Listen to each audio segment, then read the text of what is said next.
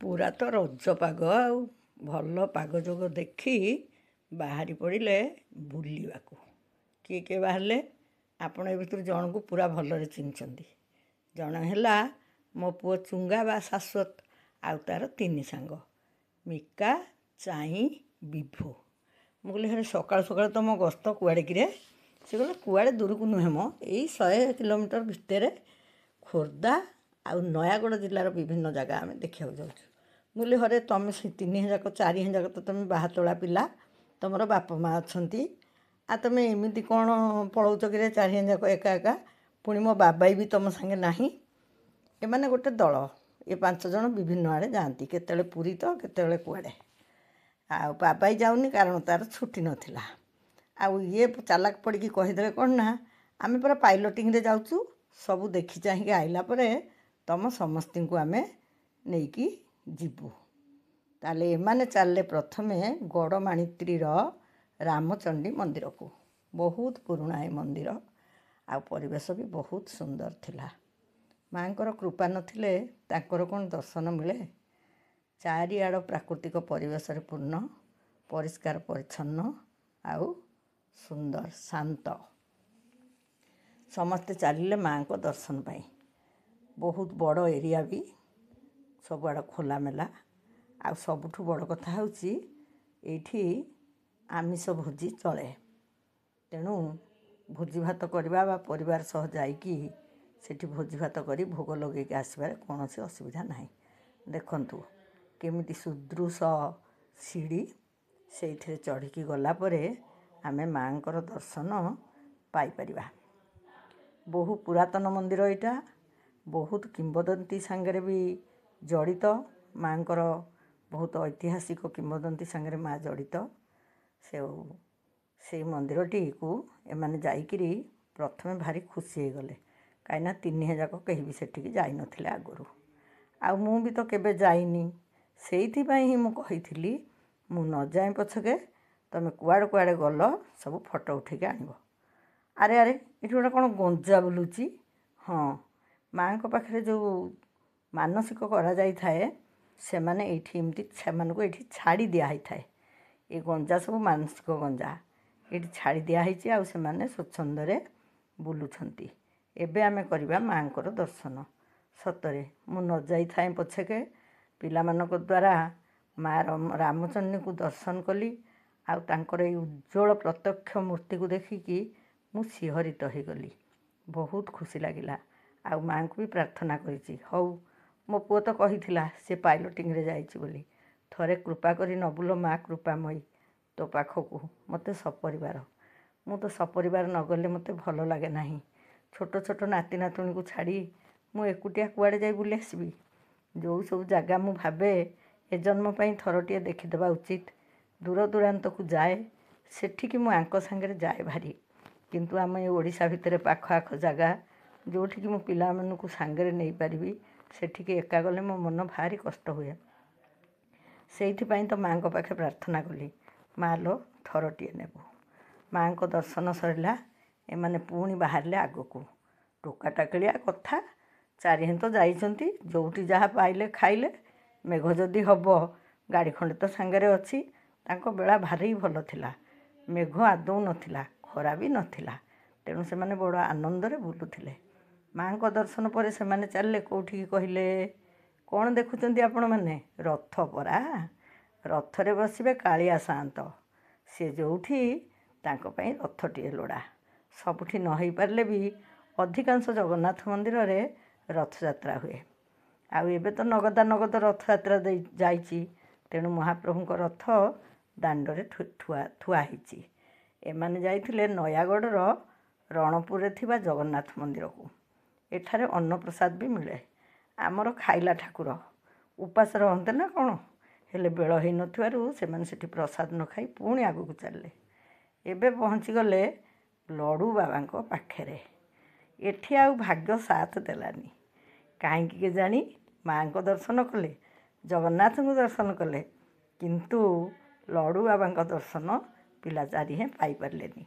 ସେଇଥିପାଇଁ ମୋ ପୁଅ ମୋତେ ବାରମ୍ବାର କରି କହିଥିଲା, ବୋଉ ସବୁବେଳ ପାଇଁ ମନେ ରଖିବୁ, ଆଉ ଯଦି ତୁ ଏ ଭିଡ଼ିଓ ଅପଲୋଡ଼ କରିବୁ ବାରମ୍ବାର ଏଇ କଥାଟା କହିବୁ। 12:30ଟାରୁ ପହଡ଼ ପଡ଼ିଯାଏ, ଖୁବ୍ ବେଶୀ ହେଲେ 1, ତାଠୁ ଆଦୌ ଡେରି ନୁହେଁ। 12:30ରୁ 1 ଭିତରେ ପହଡ଼ ପଡ଼ିଯାଏ, ଆଉ ଖୋଲେ ଯାଇକିରି 6ଟାରେ। ସେଥିପାଇଁ ଆପଣମାନେ ଯିଏ ବି ଯିବେ ଏଇ ସମୟଟିକୁ ମନେ ରଖିବେ। ମୁଁ ତ ସବୁବେଳେ ଆପଣମାନଙ୍କୁ କହିଛି, ଆମ ପାଖରେ ବହୁତ ଭଲ ଜାଗା ଅଛି। ବହୁତ କମ୍ ଖର୍ଚ୍ଚରେ ଆମେମାନେ ଏ ଜାଗା ସବୁ ବୁଲି ଆସିପାରିବା। ଆଉ ଟିକେ ବୁଲି ଆସିଲେ ମନ କେତେ ଖୁସି ଲାଗେ। ଥରେ ଆପଣ ବୁଲି ଆସନ୍ତୁ, ମୋ କଥାର ସତ୍ୟାସତ୍ୟ ଜାଣିପାରିବେ।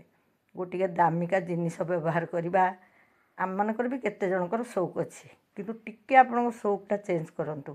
ବହୁତ ବେଶୀ ଦାମିକା ଜିନିଷ ବ୍ୟବହାର ନ କରି ସେଇ ପଇସାରୁ ଟିକେ ସଞ୍ଚୟ କରି ଏମିତି ସୁନ୍ଦର ଜାଗାକୁ ବୁଲି ଯାଆନ୍ତୁ।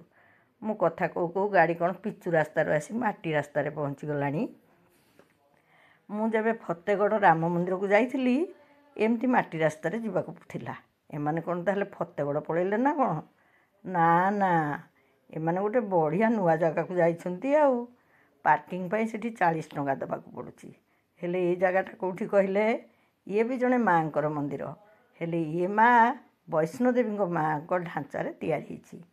ଆପଣମାନେ ସବୁ କିଏ ଯାଇଛନ୍ତି ବୈଷ୍ଣୋଦେବୀ? ଜୀବନରେ ଥରଟିଏ ଯାଇଥିଲି, ତଥାପି ମନରେ ବ୍ୟାକୁଳତା ଅଛି। ଆଉ ଥରେ ମାଆଙ୍କୁ ଦର୍ଶନ କରନ୍ତି କି? ପୁଣି ନିଜ ମନରେ ବି ଲଗାମ ଦେଉଛି, ନା ନା, ଏତେ ଦୂର ବାଟ, ବୟସ ହେଲାଣି, ଆଉ କ'ଣ ଯାଇପାରିବି? ହଉ, ସେଠିକି ନ ଯାଏ ଏଇ ଯେଉଁ ବୈଷ୍ଣୋଦେବୀଙ୍କ ପାଖକୁ ପିଲାମାନେ ଯାଇଥିଲେ ସେଠିକି ଯିବି।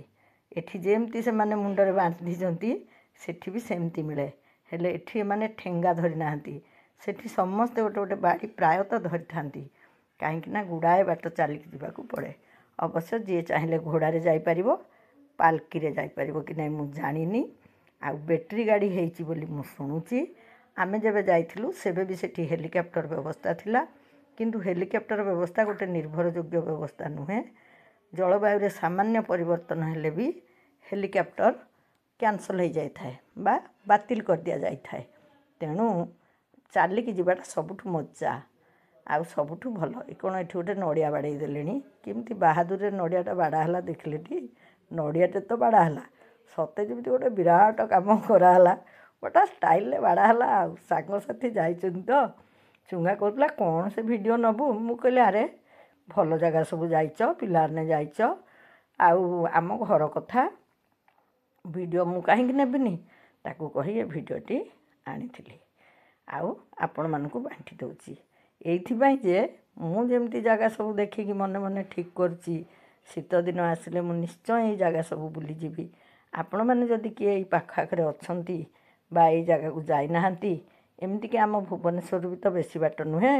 ହଁ, ଖୋର୍ଦ୍ଧା ଲୋକ, ନୟାଗଡ଼ ଲୋକ ସେଗୁଡ଼ା ସବୁ ଦେଖିଥିବେ, କିନ୍ତୁ ଭୁବନେଶ୍ୱରରୁ ତ ଏତେ ବାଟ ନୁହେଁ। ଆମେ ଚାହିଁଲେ ବି ସେଠି ଯାଇ ଦେଖିପାରିବା। ତାପରେ ଏମାନେ ଆସିଗଲେ ଟାଉନ୍ ଉପରେ ଥିବା ଜଗନ୍ନାଥ ମନ୍ଦିରକୁ, ଆଉ ସେଇଠି ପ୍ରସାଦ ସେବନ କଲେ।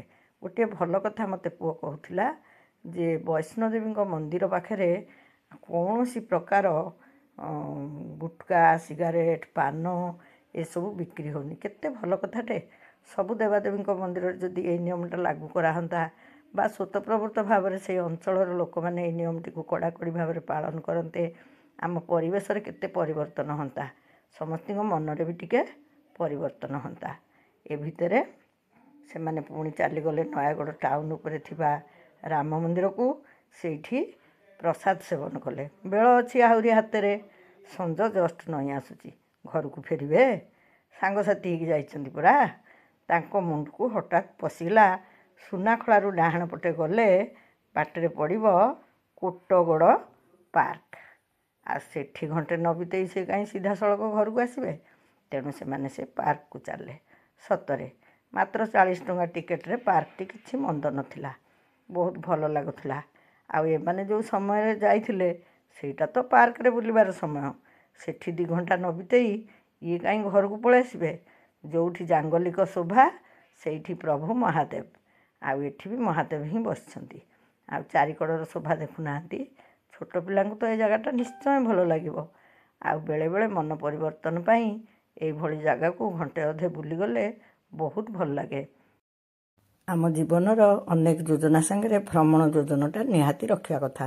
बेसी आपण देखिए जो जगह को बुली जिबे सेठी बहुत बेंगली लोक थांती सेमाने तांकर संचय योजना खर्चर सब प्रकार योजना भितर भ्रमण योजनाटा रखि थांती मते सेटा बहुत भल लागे आ मु तो सब बेले बुलाबुली करिया को भल लागे भल पाए मो पिलानकु मु सब बेले कहे आमे दामिकिया जिनसटे किनी देले बा दामिकिया जिनसटे व्यवहार कले जेति खुशी न लागे गोटे भल जगह को बुली आसिले सेति खुशी लागे तेणु आम पाखे पैसा पत्र नाही आमे बुली जाई परिबुनी सेमती न भाबिकी जेतिकी रोजगार देखंतु कृत्रिम भाबरे हेले भी केते सुंदर लागुची झरणाटी हाँ कहूली परा जेतिकी आमे रोजगार करती सेथुरु गोटे किछि भाग आमर बुलाबुली पाई आमे रखिबा सब बेले जे केवल दूर जगह को गले हमको बहुत आनंद मिलिबो सेमती भी नुहे आम पाख आखरे थिबा छोट छोट जगह को सपरिवार जाई अल्प समय पाई हो पछे टिके मजा कले मनरे बहुत परिवर्तन आसे आपण माने जे बुलुचंती तो बहुत भल कथा जो माने बुलिया पई न जाउचंती मो कथार सत्यासत्य परीक्षा करंतु पाख जगह को बुलिबा को जानतु सेथिरे पिला मानकर मानसिकता रे बहुत उन्नति आसीबो आ वयस्क लोक मानकर भी आनंद बहुत आसीबो आ गुटे चलणी रे परिवर्तन सब बेले मन को खुशी करे सांग साथी हित जाइथिले फोटो फोटो भी से माने उठौथिले आपण माने जे भी जिबे से जगार स्मृति हिसाब रे किछि फोटो निश्चय उठेबे आ परे जते बेले आपण से फोटो सब देखिबे आपण को से आनंदटा पुनी फेरी आसला परी लागिबो आगे आमे फोटोटे उठिया पई केते कष्ट पाउथलु माने केते हमकु योजना करिया पड़ुथला स्टूडियो जाउथलु ताहले जाई फोटो उठाउथला आ एमती विभिन्न जगह रे फोटो उठिया पई तो स्टूडियो वाला को डाकी की फोटो उठेबा बा निजर खंडे कैमेरा थिबा बहुत व्यय सापेक्ष थिला एबे तो समस्त हाथ रे मोबाइल फोन आ समस्ते से फोन ने फोटो उठे पारिबा तेणु निजर स्मृति को स्मरणीय करंतु मन खुशी रे फोटो उठंतु खियापिया करंतु जोठी बाहर घर जिनस नहीं खाइबार अनुमति अच्छी सेठी खाइबा जिनस तैयारी करके सांगरे नहीं जातु देखिबे आपण मान को केते खुशी लागिवो मु चुंगा को कहली हई रे सांग साथी मेल जाई बुली आसिलु तोरी ऊपर दायित्व रहिला आमे केमति सपरिवार जाई ए जागा सब देखिबा से योजना तू ही करिवो मु निश्चय शीत दिन हेले ए सब जागा को मो नाती नातुणी को नेकी जीवी दूर कथा अलगा देखंतु एठी गोटे हस कथा ए जगार समस्ते बसी पड़ुचंदी बोली केमती कंटा बाड़े दीचंती केही आ बसी पारिबेनी आमे जदि निज मन को से जगार सुरक्षा कथा भाबंते एमती कंटा बाड़ेवा जाय कोन जानता तेणु आमे जो माने देशर नागरिक आमर को भी टिके दोष रही जाउची आमे देशटा को आमर भाबिकिरी तार सुरक्षा करबा उचित मो कथा केमती लागिला ए जगह केमती लागिला मतामत दे निश्चय जणाइबे।